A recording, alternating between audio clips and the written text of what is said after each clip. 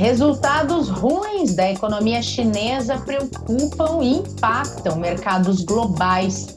Mais uma gigante do fast food deixa a Rússia. Desafios do segundo semestre do ponto de vista da Itaú Asset e a agenda da semana.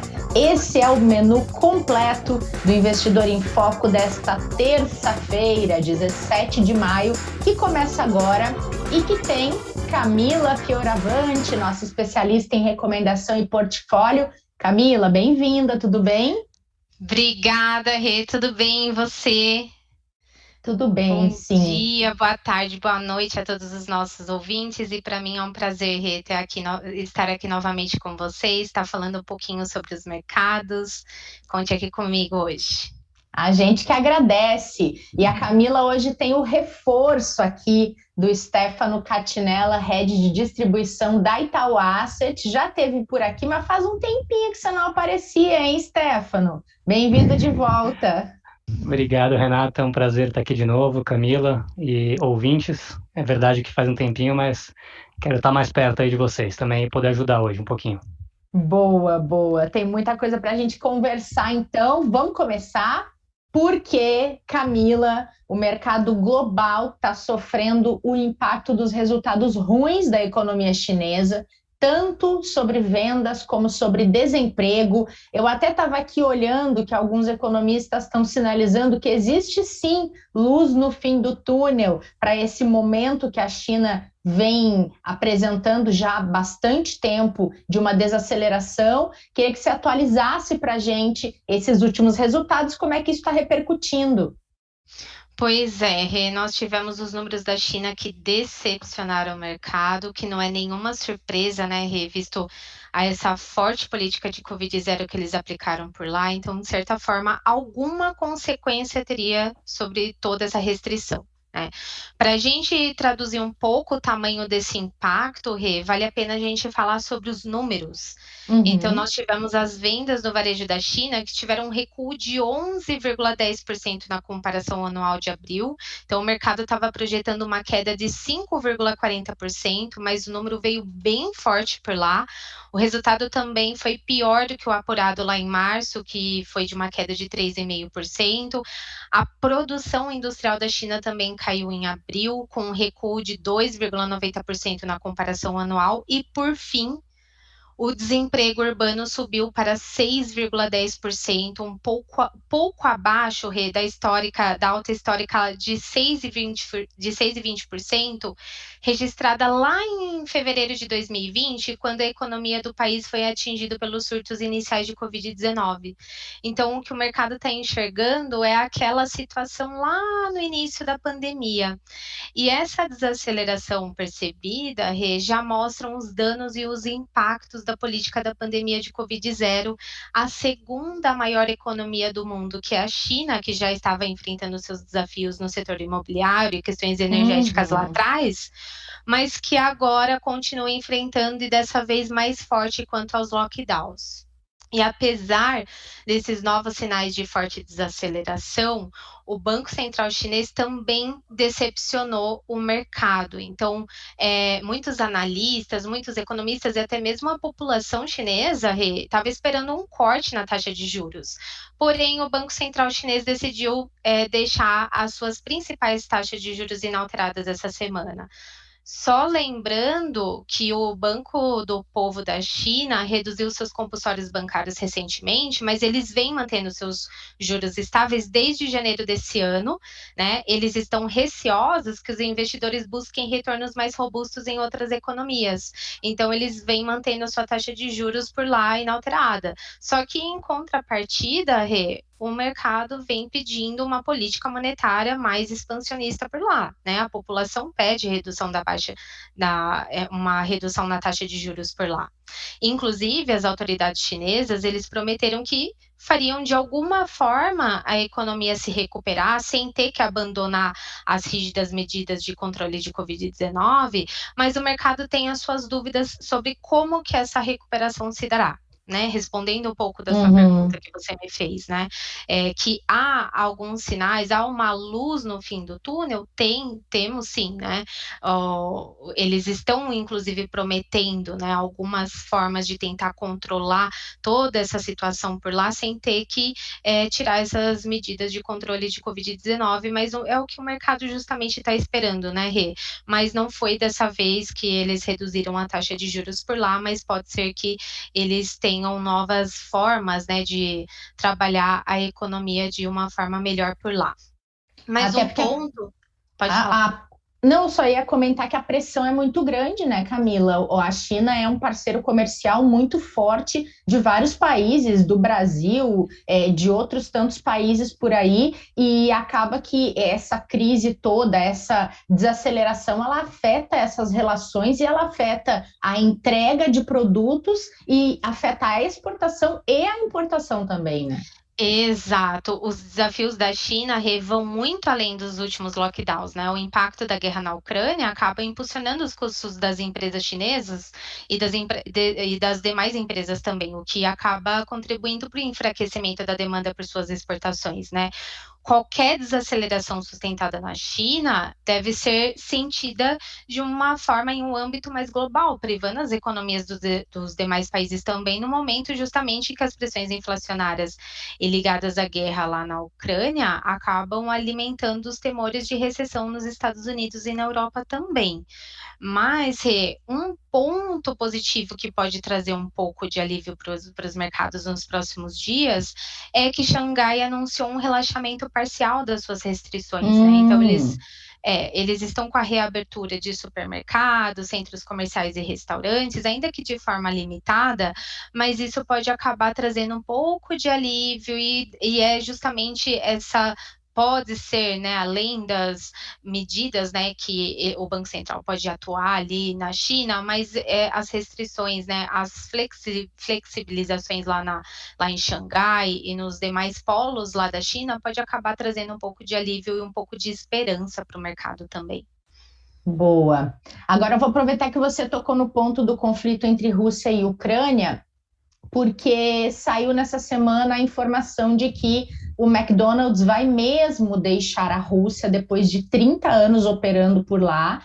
E essa é só mais uma dentre milhares de sanções ao país por causa do conflito contra a Ucrânia, né, Camila? A conta ela ainda fecha. A última vez que eu apurei com vocês, eu lembro que tinham mais de 2.000 sanções contra a Rússia já. Exatamente, Rê. Já são incontáveis, né, Rê, as sanções contra a Rússia.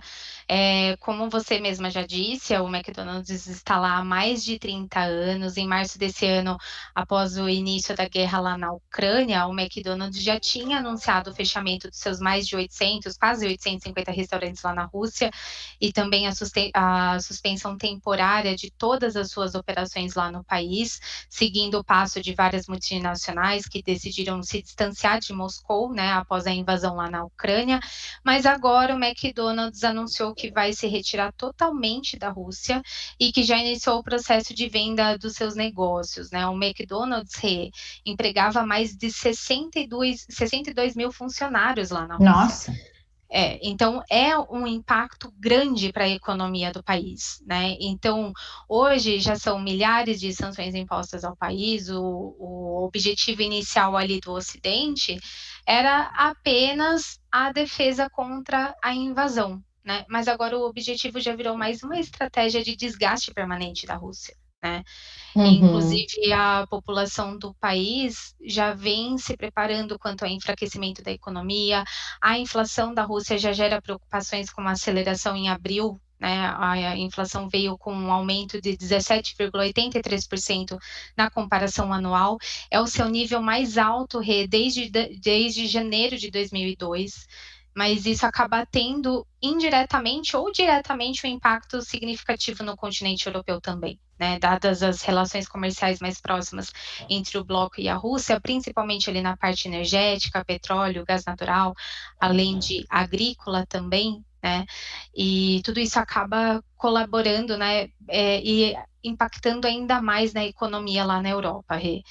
E dando uma atualizada quanto aos últimos acontecimentos, porque a gente enxerga o quanto que essa prorrogação, né, que sem sinais de um acordo de paz lá na Ucrânia, acaba afetando as demais economias, né? No dia 9 de maio, o mercado estava esperando, né, estava temendo a declaração da vitória do presidente da Rússia, Vladimir Putin, né, no dia da vitória, famoso dia da vitória, né, dia 9 de maio. Porém, a resistência ucraniana tem causado algumas dificuldades operacionais das forças russas, né, que acabaram impedindo eles de declararem esse sucesso militar nessas comemorações lá em Moscou. Porém, Rê, na quarta-feira, foi a vez da Rússia anunciar novas sanções, né? Então, eles anunciaram sanções contra mais de 30 empresas da União Europeia, dos Estados Unidos e de Singapura. Isso é justamente uma reação das punições aplicadas por essas regiões à Rússia, né? Devido a essa ofensiva militar lá na Ucrânia. Então, essas sanções incluem a proibição de transações e de entrada em portos russos de navios ligados às empresas dos países citados, lá da União Europeia, Estados Unidos e Singapura. Então, o que a gente vem enxergando é justamente uma retaliação da Rússia, né, contra o Ocidente e contra todos os países ali que vêm se levantando contra a Rússia. Em contrapartida, a Ucrânia cortou o gás para a Europa, fechando o corredor que envia principalmente gás ali para a Áustria, Itália, Eslováquia e outros estados ali do leste europeu, e eles alegaram que os separatistas estão desviando a commodity. Então, eles são obrigados a fechar esse corredor que envia o gás para esses países, né?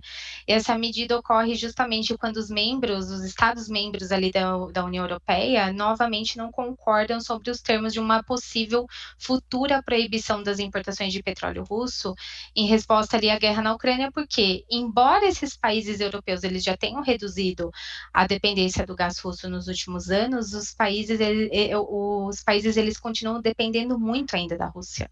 A Rússia continua sendo o principal fornecedor de matéria-prima para a União Europeia. Então, certamente, o que a gente já vem enxergando e o que o mercado vai continuar enxergando nos próximos dias são as commodities sendo afetadas, com bastante volatilidade ali nos próximos dias, justamente puxada ali pelas retaliações da Rússia quanto às milhares de sanções, que foram e continuam sendo impostas ali ao país. Perfeito, Camila, perfeito. Queria aproveitar esse gancho para trazer o Stefano aqui para o nosso papo, porque esse conflito na Ucrânia, que a Camila bem atualizou para a gente, ele é só um dos exemplos de situações que têm uma relevância muito grande globalmente, que impactam mercados, tem mexido na inflação global e não tem previsão de se desenrolarem ou chegarem a um desfecho tão cedo.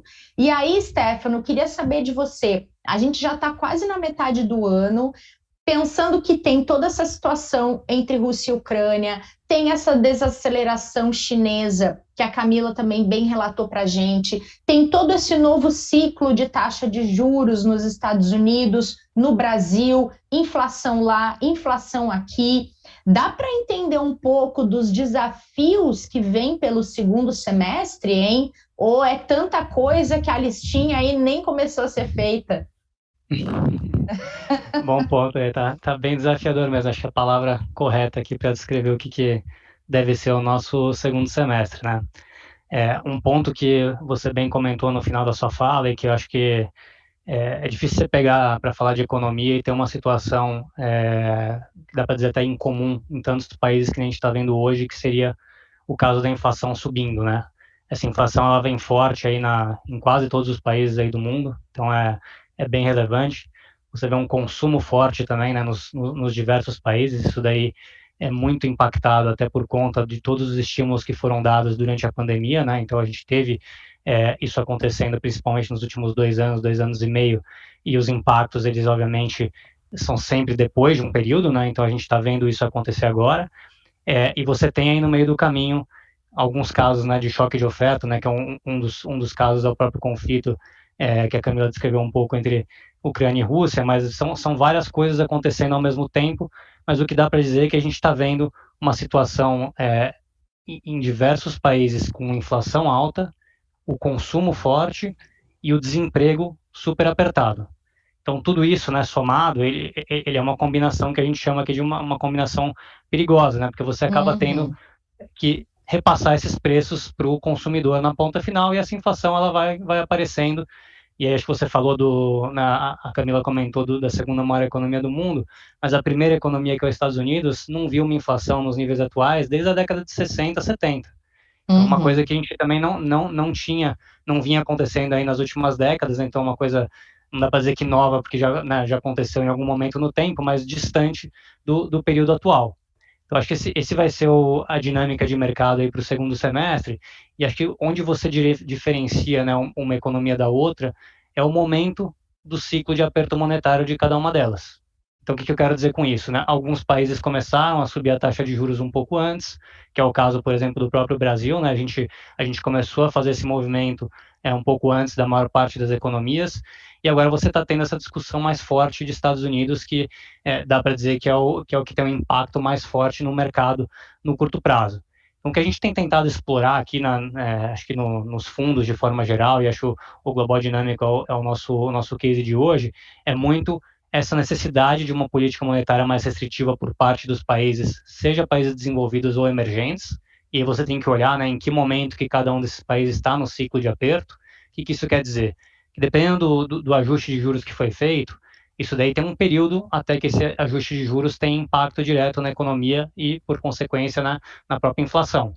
E aí você diz que você está entrando num ambiente mais restritivo, né, que de alguma forma deveria jogar a sua inflação para baixo. Então, a gente costuma olhar mais ou menos em que momento do ciclo que cada um dos países está, até para poder dizer se está bem precificado na curva ou não, o quanto vão ter que aumentar os juros, os países que estão escolhendo ficar um pouco para trás, que a gente chama ali do behind the curve, né, que é o conhecido no mercado, que chama ficar um pouco para trás da curva, né, esperar um pouco mais para fazer o movimento, que é o caso de alguns países da Europa, como isso vai impactar lá na frente.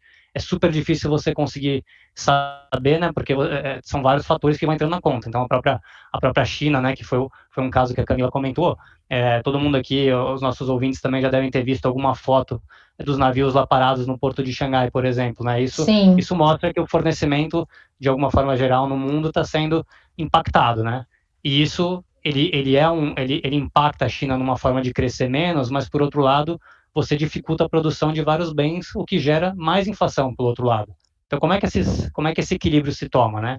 Então, assim, realmente é um cenário super difícil, e a gente tem feito até posições que a gente chama aqui de posições mais táticas na maioria dos fundos, né? Que ficava, depois eu vou falar um pouco mais dos multimercados, né? O que o multimercado pode ou não fazer, mas é aproveitar um pouco, né? Ver quando o movimento foi feito, né? Teve um movimento muito forte na bolsa, por exemplo, de queda. Diminuir um pouco a posição, às vezes zera a posição, às vezes fica um pouco comprado. Então, é olhar de perto, né, esses movimentos que estão acontecendo, ver para onde que esse equilíbrio está indo, né, e ao mesmo tempo tentar explorar de uma forma, né, a ganhar dinheiro dos nossos clientes, principalmente esse ponto de inflação, aonde que ela vai parar em cada um dos países e a taxa de juros de cada um deles, tá? Então, é assim que a gente está lendo o cenário. Vai ser bem desafiador esse segundo semestre, mas se a gente olhar o primeiro semestre, ele foi um ano positivo para a indústria de multimercados em geral, né? Então, isso também traz um pouco diria que um pouco de felicidade para os clientes de forma geral, né? Você estava falando, eu estava aqui pensando, Stefano, que as estratégias multimercado, claro que elas se diferenciam entre si, mas tem muito daquela coisa da oportunidade pelo fato de ser um produto que tem aí, autoexplicativo, né? Ele pode investir em vários mercados dentro de uma estratégia. Agora, pensando na situação atual, a volatilidade, ela está enorme em quase todos os mercados, né?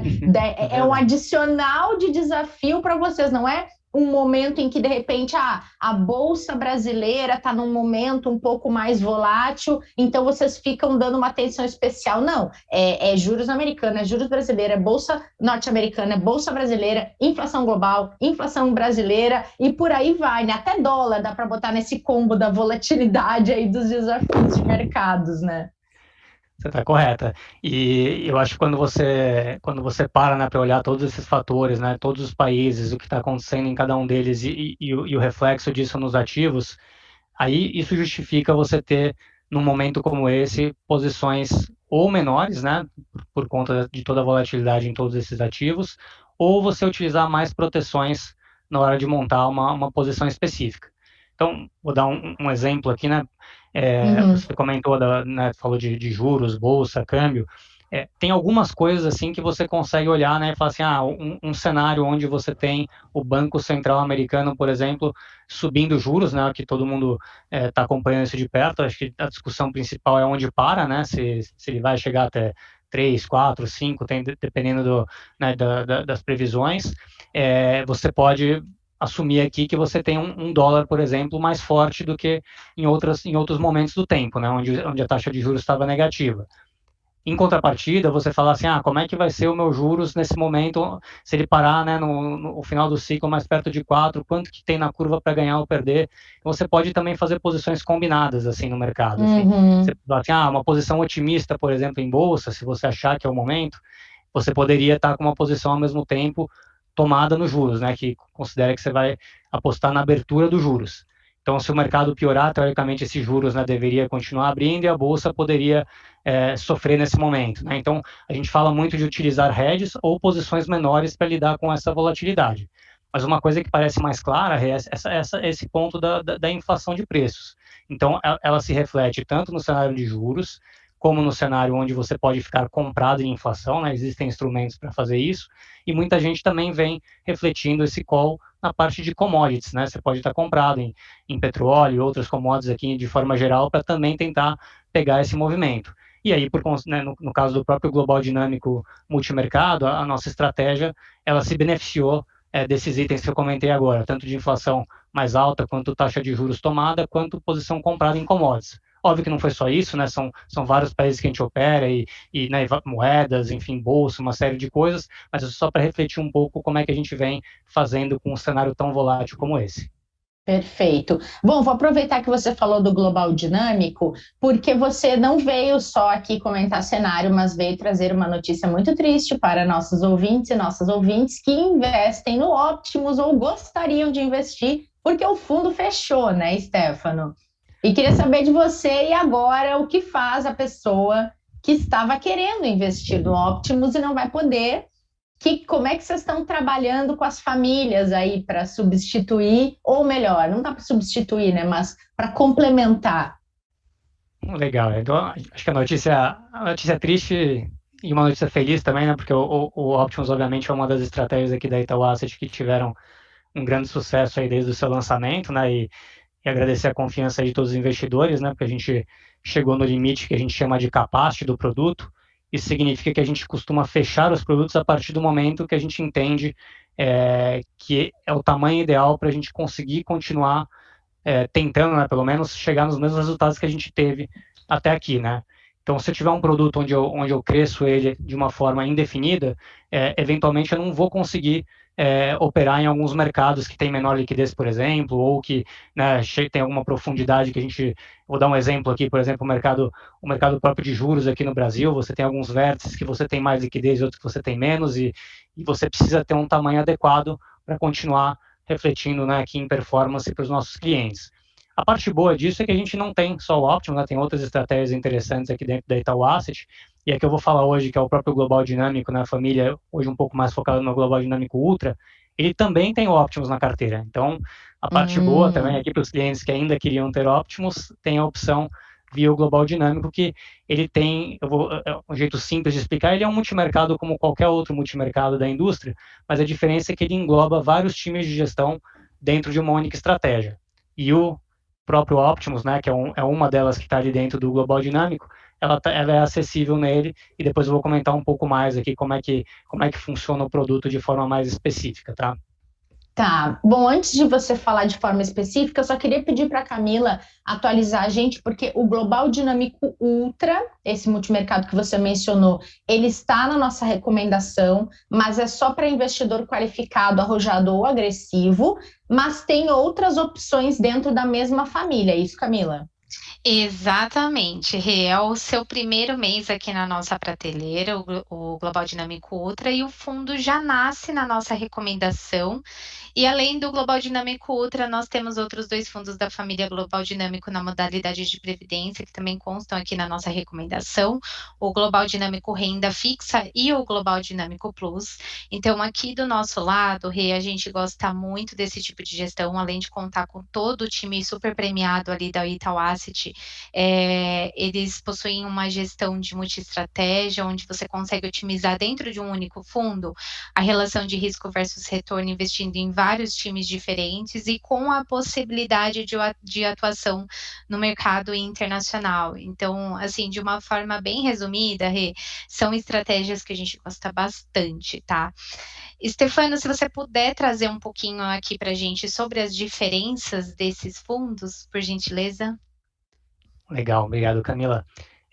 A ideia da família Global Dinâmico é ter um produto que seja acessível a todos os bolsos. Então, a gente tem desde produtos que são para investidor geral, quanto para investidor qualificado, começando pela parte do Global Dinâmico Renda Fixa, né, que tem a limitação de não poder operar em mercado, por exemplo, de renda variável, né, como o próprio nome diz. Então, ele é mais focado em juros e inflação no Brasil e no exterior.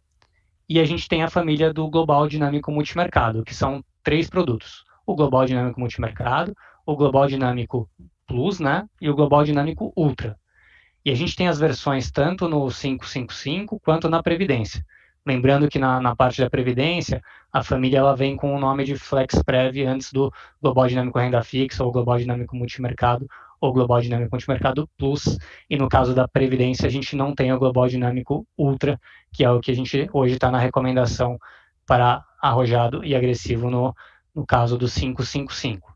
Então, o que muda nessas famílias, basicamente, na família como um todo, é só o nível de risco de cada um dos produtos, né? Então, sendo o Global Dinâmico Renda Fixa o mais conservador e o Global Dinâmico Ultra o mais agressivo, e a liquidez dos produtos. Então, isso significa que um cliente que, né, pede o resgate no Global Dinâmico Renda Fixa, por exemplo, ele é um produto que vai pagar em D+1, né? Ou seja, um dia depois do pedido do resgate, enquanto o Global Dinâmico Ultra, que seria o mais arrojado, ele paga em 30 dias. Então, a diferença principal dos produtos é só como se fosse uma régua de nível de risco barra liquidez de cada um deles.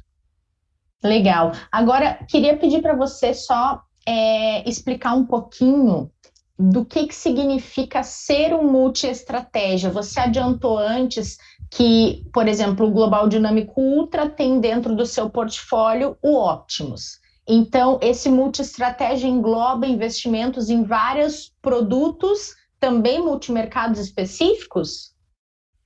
Exatamente. É como se você pegasse um time de gestão, né, vários times de gestão, e colocasse ele dentro de um único produto.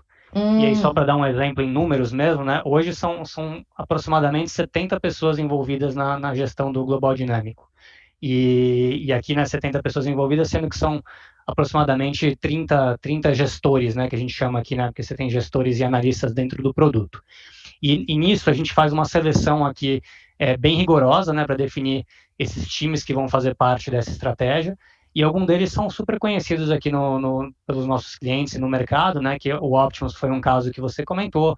A gente tem lá a turma do próprio Red Plus, né, que está no Global Dinâmico Multimercado, que seria o equivalente o fundo Itaú Legend na parte do renda fixa. A gente tem outros times ali dentro, né, o time do Hunter, alguns outros times conhecidos.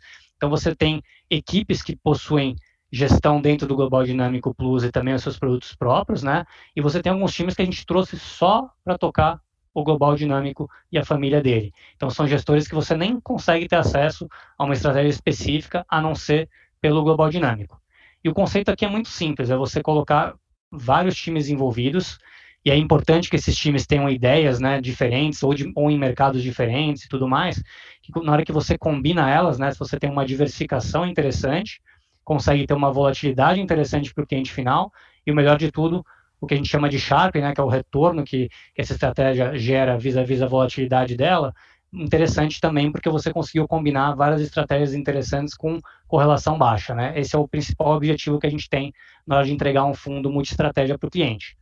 E aí você tem exemplos num mercado mais, talvez a gente chame um mercado mais desenvolvido, por exemplo, nos hedge funds lá fora, algumas casas que operam nesse modelo há mais tempo e tem um resultado muito legal, assim, a gente até cita algumas, às vezes, aqui só para dar exemplo, né? Você tem a própria Citadel, você tem a Millennium, que é conhecida, a Point72, são vários nomes que conseguem ter um histórico interessante nesse modelo de negócio que a gente chama aqui, que é um produto multi-estratégia, mas ele nada mais é do que um multimercado diversificado e uma gestão com bastante... a gente tem muitas pessoas envolvidas em pesquisa para gerar resultado para os clientes na ponta final. Muito bom, Stefano. Gostei que você trouxe o problema com a solução junto, né? Fechou o Optimus, mas tem o Global Dinâmico, então não deixa ninguém no vácuo aí. Estamos aqui para isso, eu sempre trazendo aqui alguma novidade, alguma carta na manga também de coisas boas para os clientes e ainda com acesso, né, à própria estratégia do Optimus aí, que eu sei que tem bastante gente que gosta, é cliente ou gostaria de ser e vai ser via o Global Dinâmico também. Legal, muito bom. Camila, como é que está a agenda da semana a partir desta terça? Tem muita coisa aí para nossos ouvintes e nossas ouvintes terem atenção, principalmente investidores? Vamos lá, Rê. Na agenda aqui no Brasil, a agenda está bem mais tranquila, então nós teremos nesta terça-feira o destaque ali sendo o IGP-10 de maio, né? Só lembrando que o IGP-10 calcula ali os preços ao produtor, consumidor e na construção civil, então é um indicador bem relevante para o mercado, e o mercado vai estar acompanhando. E o Tribunal de Contas da União retoma a análise da privatização da Eletrobras nesta quarta-feira. Falando um pouquinho da agenda internacional, a agenda internacional está bem mais recheada, viu, Rê? Nós teremos o presidente do Federal Reserve, o Jeremy Powell, e a presidente do Banco Central Europeu, a Christine Lagarde. Eles vão falar em alguns eventos nesta terça-feira. Ainda na terça-feira estão previstas também a segunda leitura do PIB da zona do euro do primeiro trimestre e as vendas no varejo dos Estados Unidos em março, enquanto a secretária do Tesouro americano, a Janet Yellen, ela vai participar do Fórum Econômico de Bruxelas de 2022. Na quarta-feira sai o Índice de Preços ao Consumidor, que é o CPI, né, lá da zona do euro de abril. O Banco Central Europeu divulga a sua última ata da reunião de política monetária na quinta-feira e o Índice de Confiança do Consumidor Preliminar da zona do euro de maio sai na sexta-feira. Além disso, Rê, nós teremos as falas de vários dirigentes regionais do FED ao longo da semana, que devem ficar também no monitoramento dos investidores. Então, a agenda internacional ela é mais recheada, e com certeza os dirigentes, né, os presidentes ali dos bancos centrais, eles vão falar sobre inflação, juros. Então, aqui o mercado monitora mais para ver se a gente, né, se eles vão deixar algumas pistas quanto aos próximos passos de política monetária e como que eles estão enxergando, né, os níveis de inflação diante dos aumentos de taxa de juros, né, nos países, principalmente lá nos Estados Unidos. Perfeito, super importante. Gente, obrigada, foi um prazer esse papo com vocês. Camila, semana que vem a gente se encontra de novo. Com certeza, Rê, eu que agradeço aqui, conta comigo e uma ótima semana aqui para todos. Para você Obrigado, também. Rê. Volte mais, Stefano. Pode deixar, estou à disposição aqui. Obrigado, Rê, obrigado, Camila, e boa semana a todos. Para você Obrigada, também. E obrigada a todo mundo que acompanhou esse episódio de terça aqui no Investidor em Foco, nesse 17 de maio. A gente volta quinta para falar de planejamento financeiro e espera sua audiência também, combinado? Até lá!